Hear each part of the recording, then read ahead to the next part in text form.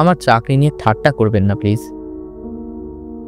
College এলাকার ছেলে ছোকরাদের কাছ থেকে ব্যঙ্গ বিদ্রুপের অনেক খোঁচা সহ্য করেছি। শহরের লাশ রাখার ঘরে রাতে কেরানির কাজ যে আমার খুব একটা পছন্দ তা নয়, তবে তার কতগুলো সুবিধেও রয়েছে। প্রথমত, এই চাকরিতে দিনের বেলায় কলেজে পড়াশোনা করার সুবিধা আছে, আর রাতে সামান্য নিয়মমাফিক কাজ ও তন্দ্রার ফাঁকে ফাঁকে বই নিয়ে বসার সময় পাওয়া যায়। ক্যালকুলাসের কোনো অঙ্ক নিয়ে যখন মাথার মধ্যে তোলবার করছি, তখন লেবেল লাগানো নম্বর দেওয়া ড্রয়ারে শুয়ে থাকা বাসিন্দারা আমাকে একটুও বিরক্ত করে না। অন্তত আমি তাই ভাবতাম। আজ রাতেও আমি এসে রোজকার মতো ওলাভ ডেলিকে ছুটি দিলাম। ওলাভ সবসময় কাজ নিয়ে লেগে থাকে। কাজ নিয়ে লেগে থাকার কারণ ওর বয়স আর খোঁড়া পা। চাকরি ছেড়ে পালানোর এই মুহূর্তটার জন্যই যেন প্রতিদিন ও বেঁচে থাকে। সুতরাং বরাবরের মতো এক নিঃশ্বাসে খোঁতখোত করে হ্যালো এবং বিদায় বলল ওলাভ। তারপর খোঁড়া পায়ে অদ্ভুত তৎপরতার সঙ্গে লাশঘর ছেড়ে বেরিয়ে গেল।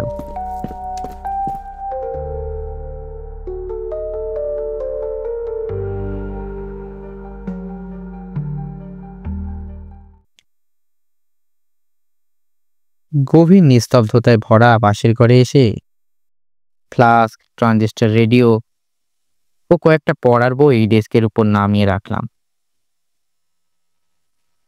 আমি এখন সম্পূর্ণ একা। রেকর্ডের ভারী খাতাটা সামনে টেনে নিলাম চোখ বুলিয়ে নেওয়ার জন্য। রোজকার নামধামগুলো ওলা পরিষ্কার টানা হাতের লেখায় লিখে রেখেছে। জলে ডোবার যুবক, মোটর দুর্ঘটনায় মৃত মহিলা ও পুরুষ, বিছানায় আগুন লাগা সত্ত্বেও জেগে ওঠেনি এমন এক মাতাল, ছুরির লড়াইয়ে হেরে যাওয়া যুবক, নদীতে পাওয়া মহিলার মৃতদেহ। না, ওলাফের দিনটা রোজকার মতোই কেটেছে। গত সপ্তাহের 20টার মতো কোনো লাশ আসেনি। বুড়িটা জঘন্য, নোংরা, আর সেই রকমই নোংরা এক আস্তানায় একা একা থাকতো।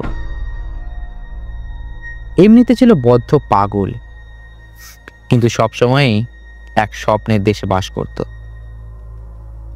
সেখানে সে নোংরা নয়, সকলের করুণার পাত্রী নয়, বরং সে ভাবত অন্ধকারের শক্তির উপর তার খবরদারির ক্ষমতা রয়েছে।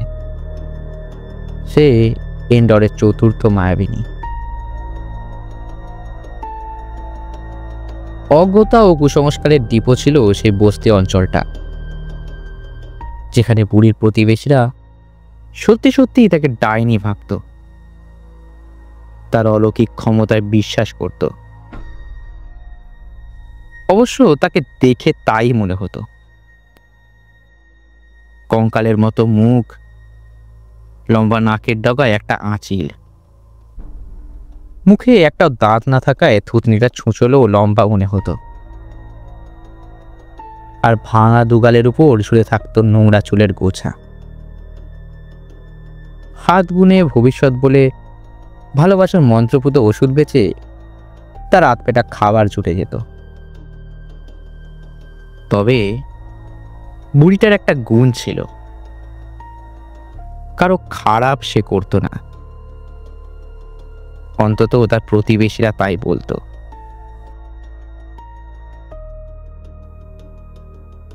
কিন্তু একদিন এক ভ্যাপসা গরমের রাতে নিজের বাড়ির ছাদে উঠে গেল সেই এন্ডরের চতুর্থ মায়াবিনী। কেউ ঠিক জানে না সে পা পিছলে পড়ে গিয়েছিল না চাঁদে উড়ে যাবার চেষ্টা করছিল। সে যাই হোক, 6 তলা নিচের অ্যাসফল্টের রাস্তা থেকে তাকে চেঁচে তোলা হয়, নিয়ে আসা হয় এখানে, এবং 14 নম্বর ড্রয়ারে তাকে জমা দেওয়া হয়। শীততাপ নিয়ন্ত্রিত বাক্সে বন্দী হয়ে সে 4 দিন ছিল। তারপর দূরের কোনো রাজ্য থেকে তার এক কেতাদুরস্ত ছেলে এসে হাজির হলো মৃতদেহ দাবি করতে। সে চলে যাবার পরেও ওলাফ ডেলি স্বস্তি পায়নি। বুড়ো খালি বলছে, মায়েরই বলছি 14 নম্বর ড্রয়ার থেকে কেমন একটা অদ্ভুত গন্ধ বেরোচ্ছে, ঠিক যেন গন্ধকের মতো।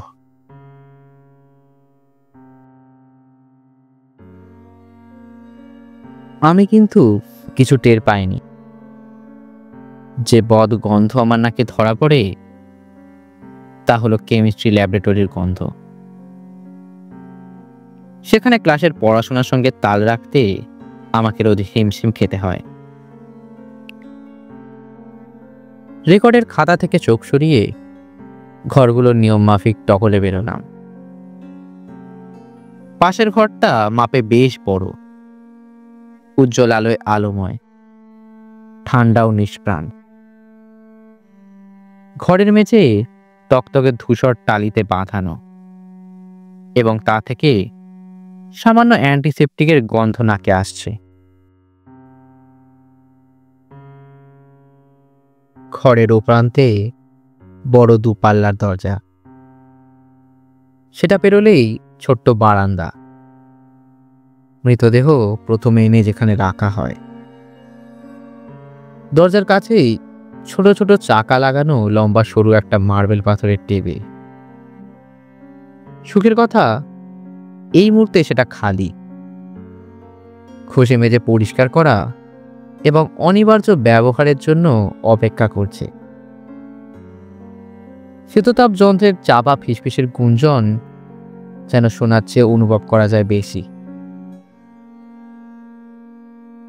আমার ডান দিকে অতিকায় মৌচাকের মতো দাঁড়িয়ে রয়েছে সারি সারি ড্রয়ারের থাক। এখানেই মৃতদেহগুলোকে রাখা হয় কেউ দাবি করবে বলে,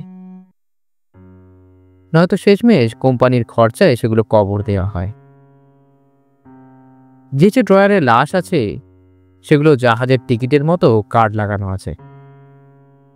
লাশ রাখার সময় সরু তার দিয়ে ড্রয়ারের হাতলের সঙ্গে কার্ড বেঁধে দেওয়া হয়।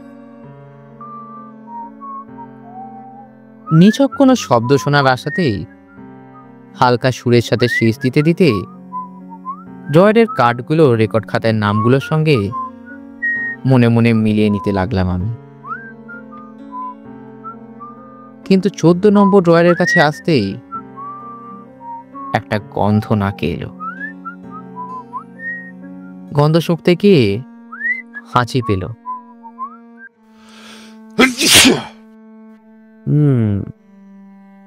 এই তাহলে ওলাবডেলির গন্ধকের গন্ধ। আপন মনেই বিড়বিড় করে বললাম।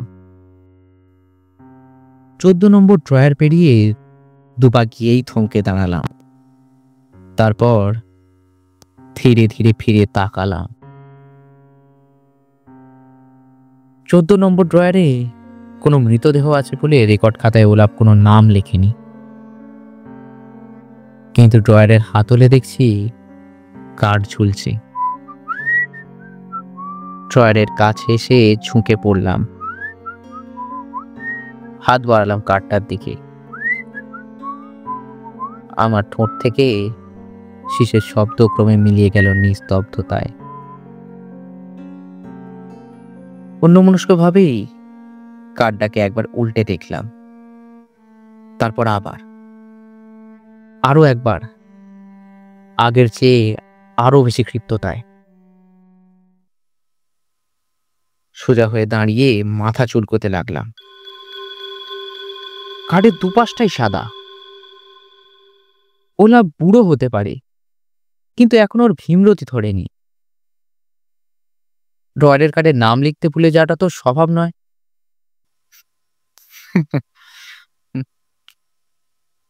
তারপর আপন মনে হেসে উঠলাম।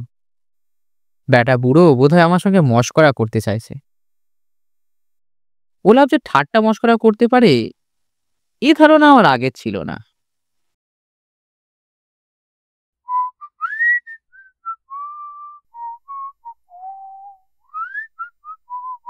আমার ঠোঁটে শীষের সুর আবার ফিরে এলো।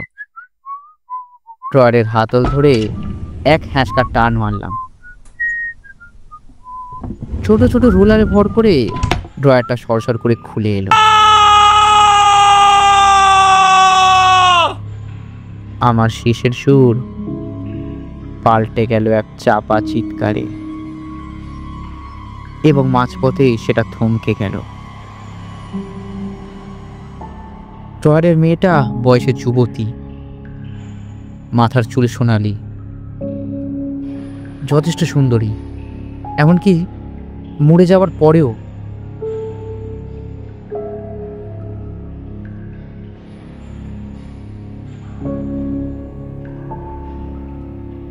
জুতোর ভেতরে আমার পায়ের বুড়ো আঙুল গুটিয়ে যেতে চাইল। মেয়েটির দিকে অপলকে চেয়ে দাঁড়িয়ে রইলাম। মেয়েটির মুখের গড়ন বেশ চমৎকার, গায়ের চামড়া বিবর্তন তামাটে শাটিনের মতো, চোখ দুটো এমনভাবে বোঝা যেন ঘুমোচ্ছে, লম্বা লম্বা চোখের পাতা যেন ঘন ছায়ার রেখা, পরনে সাদা নাইলনের ইউনিফর্ম, কলারে নার্সদের পিন আটা। একমাত্র ব্যক্তিগত সাজসজ্জা বলতে একটা সোনার ব্রেসলেট, সরু চেনের সঙ্গে লাগানো একটা ছোট্ট লকেট। লকেটে দুটি আদ্যক্ষর খোদাই করা, সেট এল।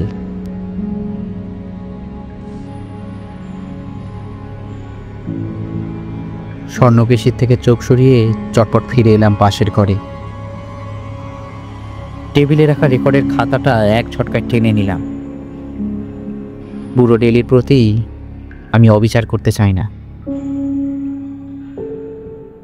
রোজকার ভর্তির নামের লিস্টে আঙুল ফুলিয়ে চললাম, ইতস্তত করলাম। আগের পাতা উল্টে গতকালের লিস্টে চোখ বোলালাম। তারপর তার আগের দিন, না, 14 নম্বর ড্রয়ারে কাউকে ভর্তি করা হয়নি।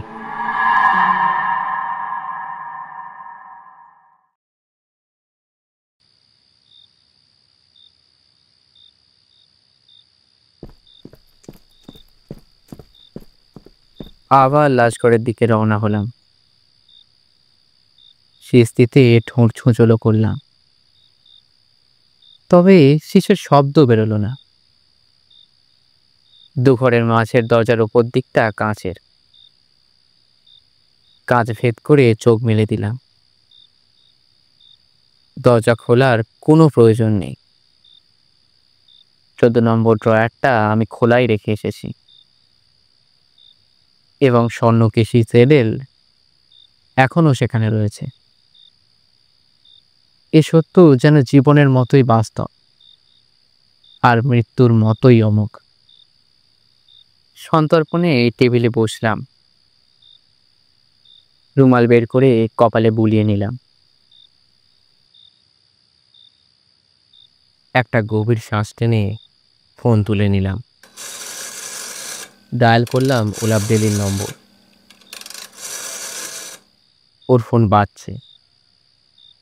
আমি তখন একটা চোরা চাউনি ছুড়ে দিলাম লাশঘরের দিকে। সবার কি 7 বার ফোন বাজার পর ওলাফের বউ ঘুম জ্বালানো গলায় জবাব দিল, ওলাপের পক্ষে কথা বলা সম্ভব নয়, সে এখনো বাড়ি ফেরেনি। তারপর হঠাৎই ও একটু নরম সুরে বলে উঠল, 1 মিনিট ধরুন, মনে হয় ও ফিরে এসেছে। গলা খাকারে দিয়ে বউয়ের কাছ থেকে ফোনটা নিল ওলাফ। হ্যালো, কি ব্যাপার? আমি টুলিপ হাসান বলছি মিস্টার ডেলি। তোমার ইয়ার দোস্ত কে কোথায় বোতল খুলছে তার জন্য আমি তোমার জায়গায় ডিউটি দিতে পারবো না। না স্যার, তা নয়। আসল ব্যাপারটা হলো 14 নম্বর ড্রয়ারের মেয়েটা সম্পর্কে কিছু ইনফরমেশন দরকার। 14 নম্বরে তো কেউ নেই, টলি। হ্যাঁ স্যার, আছে। 14 নম্বরে একটা মেয়ে আছে, অল্প বয়সে সোনালি চুল ফুটফুটে একটা মেয়ে মিস্টার ডেলি। মনে হচ্ছে বলে তো বিশ্বাসই হতে চায় না। আপনার নিশ্চয়ই মনে আছে, শুধু খাতায় মেয়েটার নাম এন্ট্রি করতে আপনি ভুলে গেছেন। শুনতে পেলাম মিসেস ডেলি ওলাফকে জিজ্ঞাসা করছে। কি ব্যাপার? বউয়ের সঙ্গে কথা বলতে গিয়ে ওলাফের স্বর পাল্টে গেল। মনে হয় ব্র্যানসন ছোকরা আজ রাতে ওর ফ্লাস্কে হুইস্কি নিয়ে এসছে। না স্যার। ওলাফকে লক্ষ্য করে তীক্ষ্ণ স্বরে চেঁচিয়ে উঠলাম, যা অবস্থা তাতে আমার হুইস্কিরই দরকার, কিন্তু সঙ্গে এক ফোঁটাও নেই। মোদ্দা কথা হলো 14 নম্বর ড্রয়ারে একটা সোনালী চুলমের বডি রয়েছে, যার নামটা আপনি খাতায় টুকতে ভুলে গেছেন। এরকম ভুল আমার কি করে হবে? ওই তো মেয়েটা চোখের সামনেই রয়েছে, বিশ্বাস না হলে সচক্ষে এসে দেখে যান। তাই করতে হবে দেখছি খোকা, তুমি আমার নামে বিরাট বদনাম দিচ্ছ। ও এত জোরে রিসিভারটা নামিয়ে রাখলো যে আমার কানের পর্দা কেঁপে উঠল। অত্যন্ত শান্তভাবে ফোন নামিয়ে রাখলাম, একটা সিগারেট ধরিয়ে ফ্লাক্স থেকে কফি ঢাললাম, একটা সিগারেট ধরিয়ে কফিতে চুমুক দিলাম এবং আরও একটা সিগারেট ধরালাম। আর একটু কফি খেয়ে সিগারেটের প্যাকেটের দিকে আবার হাত বাড়ালাম। আর তখনই লক্ষ্য করলাম ইতিমধ্যে 3টি সিগারেট ধরিয়ে ফেলেছি এবং অ্যাস্ট্রে থেকে সেগুলো ধোঁয়া এঁকে মেকে হাওয়ায় মিলিয়ে যাচ্ছে। ক্লিষ্ট হাসি হেসে ভবিষ্যৎ সঞ্চয়ের জন্য 2টো টান দিয়ে সিগারেটটা নিভিয়ে দিলাম।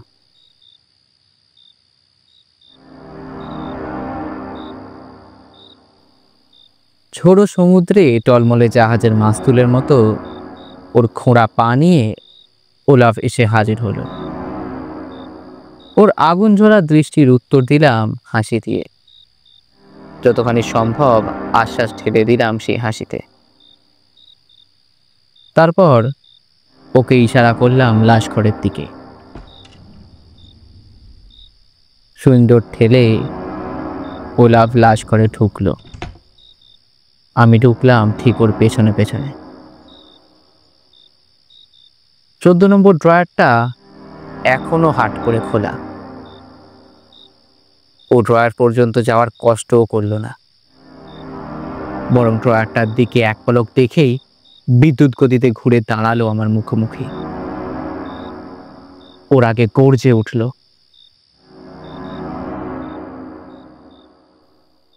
আমার বয়স 20 বছর কম হলে তোমার নাকটা থেতলে দিতাম। তোমার সাহস আছে বলতে হবে, সময় নেই অসময় নেই একটা ক্লান্ত বুড়ো মানুষকে এই হতচ্ছাড়া জায়গায় টেনে এনেছ।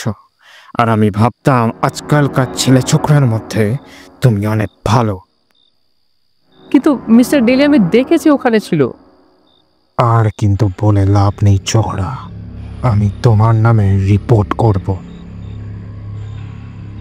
উদ্ভ্রান্তের মতো আবার তাকালাম 14 নম্বর ড্রয়ারের দিকে।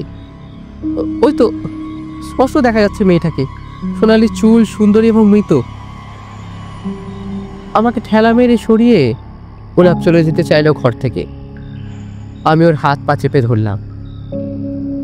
ভয়ে আমার অবস্থা তখন মুরগির ছানার মতো, এবং পারলে পালক সমেত খোলস ছেড়ে দিই। শুনুন শুনুন, আমি চিৎকার করে উঠলাম। মেয়েটাকে আপনি দেখতে পাচ্ছেন তো? আমি জানি আপনি স্পষ্ট দেখতে পাচ্ছেন। আমার গা থেকে হাত সরাও। ঠিক যা আছে আমি স্পষ্ট তাই দেখতে পাচ্ছি, একটা খালি ড্রয়ার, ঠিক তোমার ফাঁপা মগজের মতোই খালি।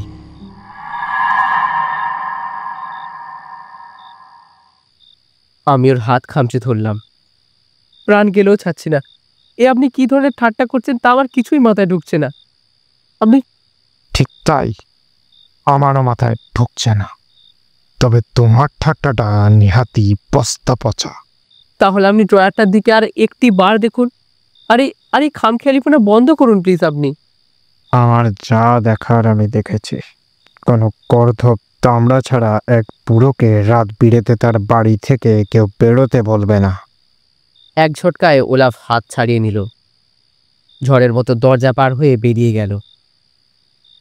সদর দরজায় পৌঁছে ও থামল, ঘুরে দাঁড়িয়ে আঙুল তুলে শাসালো আমাকে। হাড় হাঁপাতে বজ্জাত ছোকরা, কাল থেকে অন্য চাকরি খুঁজতে শুরু করো। এ কথা বলে ও চলে গেল। মেজাজটা কিছুক্ষণ পর সামান্য ভালো হতে হাত বাড়িয়ে রিসিভারটা তুলে নিয়ে আমি জাড লরেন্সকে ফোন করলাম। জাড আমার বাবার গল্ফ খেলার সঙ্গী এবং হোমিসাইড ডিপার্টমেন্টে সাদা পোশাক ডিটেকটিভ। আমার সম্পর্কে ওর ধারণা ভালোই, এবং সত্যি বলতে কি, এই চাকরিটার জন্য ওই আমার হয়ে সুপারিশ করেছিল। জাড বাড়ি ছিল না, 3টে থেকে রাত 11টা পর্যন্ত ডিউটি দিয়ে বেড়াচ্ছে। সুতরাং ফোন করলাম পুলিশ হেডকোয়ার্টারে। সেখানে শুনলাম জাড সই করে বেরিয়ে গেছে, কিন্তু ওরা চেষ্টা করে লকার রুমে জাডকে খুঁজে পেল। টুলি ব্র্যানসন, মিস্টার লরেন্স। কেমন চলছে টুলি? একটা মুশকিলে পড়ে গেছি স্যার। বলে ফেলো। ওর জোরালো মেজাজি স্বরে দ্বিধার লেশ মাত্র নেই। হ্যাঁ, মানে মনে হচ্ছে একটা লাশের ব্যাপারে আমাদের রেকর্ড খাতা একটা গোলমাল হয়েছে। একটা মেয়ে, সোনালি চুল, নার্স, নামের আদ্যক্ষর ZL। তাহলে ওলাফ ডেলিকে ফোন করে দেখো। হ্যাঁ স্যার, কিন্তু জানেন তো ডিউটি থেকে ছাড়া পাওয়ার পর ওলাফের অবস্থাটা কি হয়। এতক্ষণেও তো স্বপ্নের দেশে চলে গেছে, আর আমি ওকে ঠিক এই সময় বিরক্ত করতে চাই না। ও ভীষণ ক্ষেপে যাবে আমার উপরে। জাড দরাজ গলায় হেসে উঠল। না, বেচারাকে দোষ দেওয়া যায় না। মেয়েটার সম্বন্ধে তাহলে আর কিছু জানো না? না, যা বললাম শুধু তাই। মেয়েটা বেওয়ারিশ নয়, এ আমি হলফ করে বলতে পারি। এরকম একটা মেয়ে, বিশেষ করে স্বাভাবিক কারণে যে মারা গেছে, বেসরকারি কবরখানায় যার যাওয়ার কথা, তার এখানে আসার কথাই নয়। সুতরাং মর্গে যখন এসেছে তখন মেয়েটা স্বাভাবিকভাবে মারা যায়নি। সে ছাড়া আর কি হতে পারে? খুন? আর কিছু তো মাথায় আসছে না।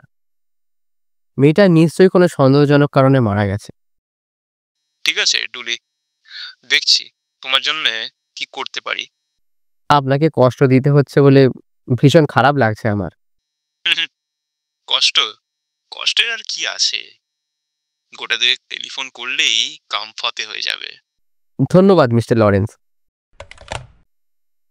ফোন রেখে দিলাম। জাড লরেন্সের টেলিফোনের অপেক্ষা করতে করতে উঠে গেলাম লাশ ঘরের দরজার দিকে। ধীরে ধীরে শ্বাসের ফাঁক দিয়ে নজর চালিয়ে নিশ্চিন্ত হতে চাইলাম যে 14 নম্বর ড্রয়ারে মেয়েটার ছায়া এখনো রয়েছে। হ্যাঁ, রয়েছে। পা টেনে আবার ফিরে এলাম টেবিলের কাছে। মনে হলো আমি যেন এক ক্লান্ত বৃদ্ধ মানুষ। শেষ পর্যন্ত ফোন যখন বাজলো, আমি ছোঁ মেরে রিসিভারটা তুলে নিলাম। সিটি মর্গ, টুলি ব্র্যানসন বলছি। আমি জাড টুলি। আপনি কি? হোমিসাইড থেকে কোনো খবর নেই টুলি। জেডেল নামের কোনো সোনালি চুলের মেয়ে গত 24 ঘন্টায় খুন হয়নি। সত্যিকারের একটা যন্ত্রণার আর্তনাদকে মাঝপথে টুটি টিপে থামিয়ে দিলাম। চাট তখন বলে চলেছে, নার্সদের খাতাপত্রেরও খোঁজ নিয়েছি। তোমার বর্ণনা মতো একজন নার্সকে পাওয়া গেছে। যুবতীর সোনালি চুল, সবে ট্রেনিং শেষ করেছে। ওর নাম জেলা ল্যাংট্রি, থাকে 711 ইস্টল্যান্ড অ্যাভিনিউতে। সাম্প্রতিক সিটি হাসপাতালে কাজে ঢুকেছে। যদি ওর কোনো বিপদ আপদ হয়ে থাকে তাহলে তা গত আধ ঘন্টায় হয়েছে, কারণ কিছুক্ষণ আগেই শিফট বদলের সময় ওর ডিউটি শেষ করে বাড়ি রওনা হয়েছে। জাডের কথা আর 14 নম্বর ড্রয়ারের ছায়া যোগ করলে একটাই অবিশ্বাস্য উদ্ভট সম্ভাবনা বাকি থাকে। সেটা এতই ভয়ঙ্কর আর এতই অপার্থিব যে আমার মাথার চুল ছুঁচের মতো খাড়া হয়ে উঠল।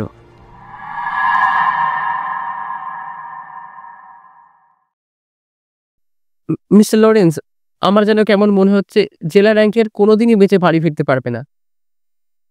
তার মানে কি বলছো তুমি টুলি? এন্ডলের চতুর্থ মায়াবিনী যে ট্রয়ারে বুড়িটার ভীষণ নরম মন ছিল, কখনো লোকের ক্ষতি করতো না, শুধু ভালো করতে চাইতো। কি সব আবল তাবল বকছো? তীক্ষ্ণ গলায় জানতে চাইলো চার্ড। টুলি, তুমি নেশা করেছো নাকি? না স্যার। শরীর ঠিক আছে তো? আমি মানে হ্যাঁ স্যার, অনেক ধন্যবাদ মিস্টার লরেন্স আপনার। 20 মিনিট পরে আমার ঝরঝরে 4 চাকা ইসল্যান্ড অ্যাভিনিউতে এসে থামলো। গাড়ি থেকে বেরিয়ে নম্বর খুঁজতে খুঁজতে পা চালালাম। বুঝলাম ঠিক জায়গাতে এসেছি। 711 নম্বর সহজেই পেয়ে গেলাম। একটা ছোট সাদা রঙের বাড়ি, সঙ্গে লাগোয়া ছোট্ট একটা উঠোন। জায়গাটা অন্ধকার, নির্জন আর শান্ত। সেখানে দাঁড়িয়ে নিজেকে যখন গর্ধব বলে মনে হচ্ছে, তখনই হঠাৎ সামনের চৌরাস্তা থেকে ডিজেল ইঞ্জিনের শব্দ ভেসে এলো। তাকিয়ে দেখি একটা সরকারি বাস ভারী শরীর নিয়ে দূরে মিলিয়ে যাচ্ছে।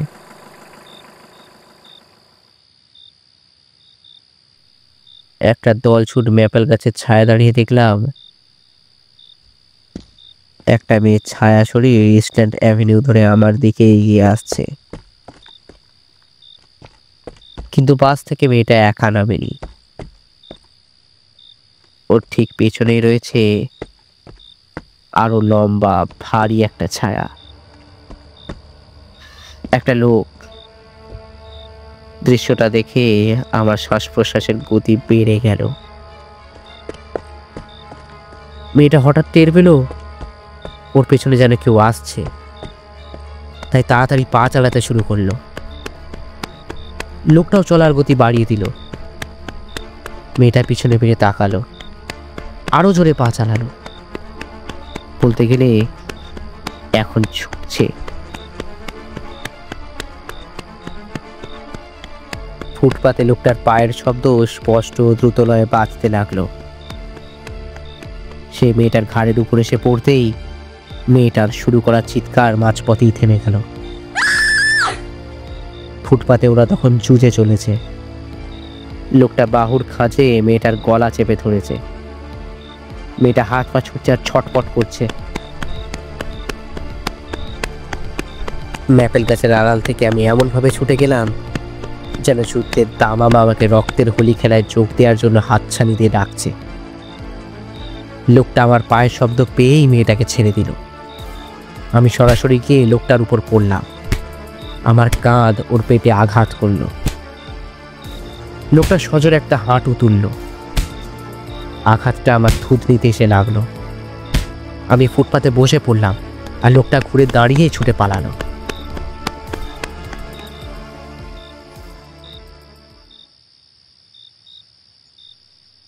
দুটো শক্ত অথচ কোমল হাত আমাকে উঠে দাঁড়াতে সাহায্য করলো।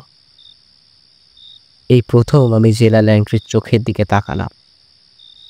ছায়াময় রাতে ওর কৃতজ্ঞতা মাখানো ধোঁয়াটে চোখ ভারী সুন্দর দেখাচ্ছে। আপনার লাগেনি তো? দম ফিরে পেয়ে প্রশ্ন করলাম। না, ঠিক আছি। আপনি? না না, আমার কিছুই হয়নি, আমি বললাম।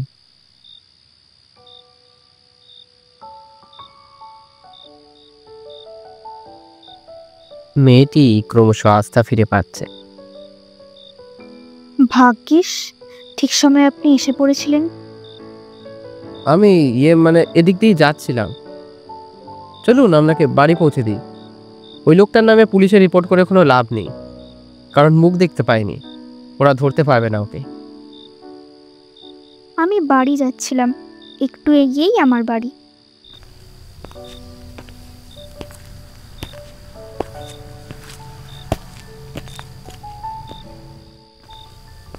আমরা হাঁটতে শুরু করলাম। মেয়েটা বলল, ওর নাম জেলা, আর আমিও বললাম আমার নাম টুলি। ওর বাড়ির দরজায় পৌঁছে আমরা পরস্পরের চোখের দিকে তাকালাম। আমি জানতে চাইলাম কখন ওকে ফোন করলে কোনো অসুবিধে আছে কিনা। ও বলল হাতের কাছে টেলিফোন খালি পেলেই করতে। দেখলাম ও বাড়িতে ঢুকে গেল। গাড়িতে ফিরে আসার সময় আমি শীষ দিতে শুরু করলাম।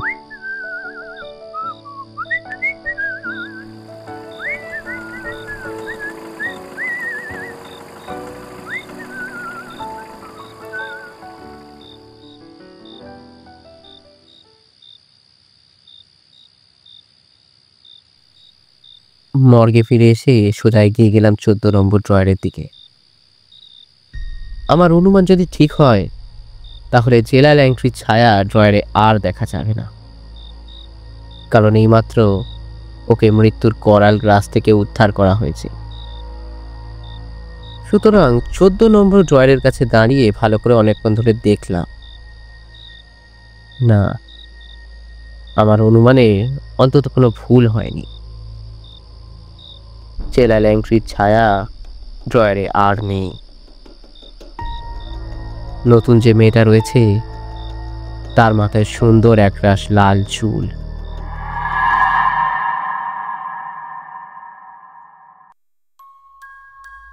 এতক্ষণ শুনছিলেন টেলমেচ পাওয়েলের লেখা 14 নম্বর ড্রয়ার।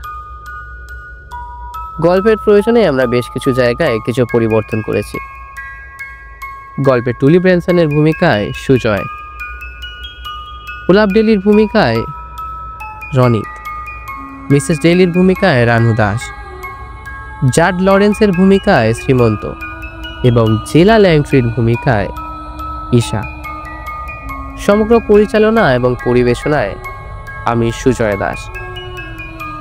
এতে সকলকে আমি আন্তরিক ধন্যবাদ জানাই আমার এই প্রেজেন্টেশনে আমাকে সাহায্য করার জন্য। গল্পটি ভালো লাগলে লাইক করবেন, চ্যানেলটিকে সাবস্ক্রাইব করবেন এবং বন্ধুদের মধ্যে গল্পটিকে শেয়ার করবেন। আবারও অন্য কোনো দিন অন্য কোনো স্বাদের গল্প নিয়ে আপনাদের কাছে হাজির হবে স্টোরি টাইম উইথ সুজয়। ততক্ষণ শুনতে থাকুন, ভালো থাকুন, সুস্থ থাকুন। Stay safe, stay connected.